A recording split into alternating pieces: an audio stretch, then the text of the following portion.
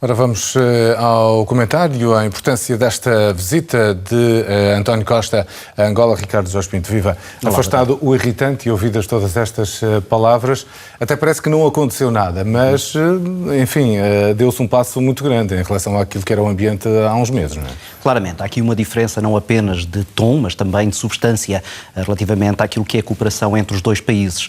Parece-me evidente que Angola está mais interessada do que Portugal nesta aproximação, porque precisa, do ponto de vista económico, está a sair de uma crise económica complicada, desde 2014 até 2017, por causa das quebras do preço do petróleo. Angola entrou numa crise económica muito difícil, precisa sair dela, e precisa sair dela desde logo com duas alavancas. A primeira é o investimento direto de Portugal em Angola, que tem que recuperar depois destas perdas dos últimos anos, e depois de investimento estrangeiro de uma maneira geral, para o qual é preciso uma imagem externa mais solidificada. E o melhor interlocutor para isso mesmo é Portugal, um país da União Europeia, com créditos firmados em termos internacionais, que, se der o aval dessa credibilidade, certamente servirá de exemplo para outros países a fazerem esse investimento. Agora, também, e para Portugal também é importante, e em particular para o governo de António Costa, que vai assim também mudar a agulha de forma radical relativamente àquilo que eram dificuldades, até do ponto de vista diplomáticas. Tu falaste do tal irritante,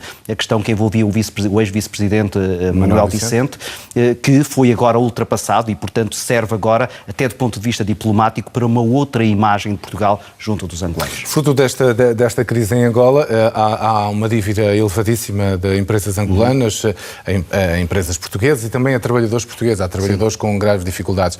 Não é expectável e não será resolvido esse problema em 2 dias, naturalmente, claro, mas provavelmente poderá dar-se um passo em frente para dar algum balão de oxigênio, pelo menos às empresas e aos trabalhadores, não? Sim, por isso é que esta visita, até do ponto de vista simbólico, é importante. E António Costa já o realçou, o Presidente da República também falou nisso. Há aqui um simbolismo desta presença de António Costa em Luanda e depois também, daqui a algumas semanas, da presença do Presidente angolano em Lisboa, no sentido de formalizar aquilo que é uma intenção clara de ultrapassar alguns desses obstáculos. Desde logo a dívida das empresas angolanas, mas essa nós sabemos que terá que ser ultrapassada lentamente, porque esta crise económica em Angola não vai ser superada de um momento para o outro, mas depois questões que me parecem mais do foro diplomático, que podem ser aceleradas, desde logo a possibilidade de trazer divisas de Angola para Portugal e também aquilo que é a capacidade do governo português de ajudar as empresas portuguesas que estão a investir em Angola.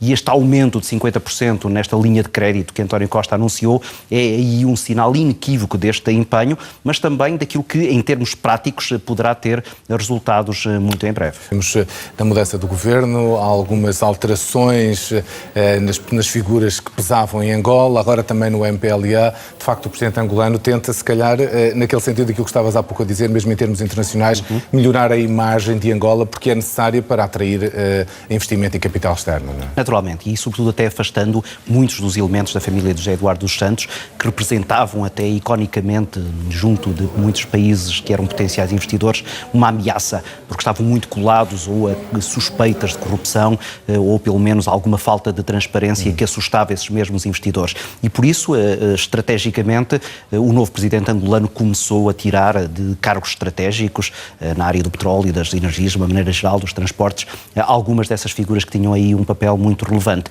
mostrando que havia aqui uma diferença substancial e mostrando também que Angola está mais preocupada com essa transparência, que é sempre um ímã muito poderoso para os investidores estrangeiros. Agora, é preciso que isso seja acompanhado também de uma retoma económica que não se faz apenas com esses sinais de transparência, até porque não temos nenhuma garantia de que o petróleo continua a subir. Sim, mas Angola nos próximos tempos. Diversificar a economia. Exatamente. Não é? Tem que deixar de ficar dependente do petróleo rapidamente. Claro, por isso é que me pareceram importantes estas palavras que há pouco o Ministro dos Negócios Estrangeiros português dizia, de que há também uma aposta muito grande em setores que não eram os setores estratégicos tradicionais de Angola. Por exemplo, a questão da agricultura, onde se percebia que havia um enorme déficit que obrigava a Angola constantemente a fazer importações. Ora, Portugal tem aí uma larga experiência que pode muito facilmente transportar para Angola, até no âmbito dessa cooperação com os países de língua portuguesa, onde, como dizia o Presidente da República, esse fator educativo, o fator da formação das pessoas pode ser absolutamente central.